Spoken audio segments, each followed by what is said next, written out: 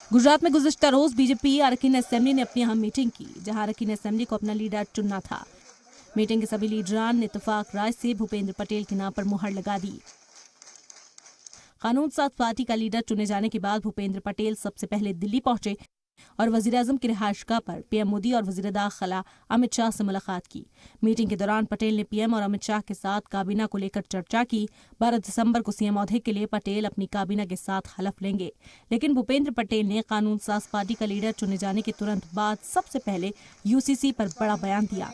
उन्होंने कहा कि कमेटी बना दी गई है और रिपोर्ट पर आगे की कार्रवाई की जाएगी। भूपेंद्र जी, आपके घोषणा पत्र में और आपके नेताओं ने बोला था कि यूनिफॉर्म सिविल कोड लेकर आएंगे। अब आपकी सरकार बनी, विधायक दल का नेता चुना गया। शपथ ग्रहण के बाद क्या पहली कैबिनेट की बैठक में यूसीसी को लेकर आया जाएगा? नहीं, वो तो बना दिया गया ही। हमने कमेटी की रचना कर दी गई है और जो भी उसकी भलामण आएगी उसके द्वारा ऊपर काम करेंगे हम। 27 साल से मजबूती के साथ खड़े गुजरात के किले को न सिर्फ बीजेपी ने इस बार भी बचाया, बल्कि उसे अब इतना मजबूत कर दिया है कि वहां सेंध लगाने के लिए अपोजिशन नहीं बचा है। ब्यूरो रिपोर्ट, जी मीडिया।